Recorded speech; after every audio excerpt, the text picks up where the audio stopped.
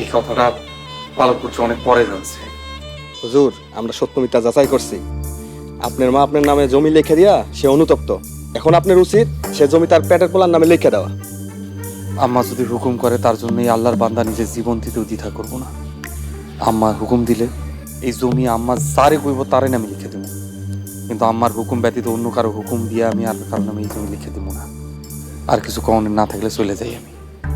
তোমার এত বড় সাহস, আমার মুখের উপরে তুমি না কইরা দাও। হুজুর, আসসালামু আলাইকুম। ওয়ালাইকুম আসসালাম। সব হিসাবে আমি আসি। সালাম। আব্বা, হুজুর কেন এসেছিল?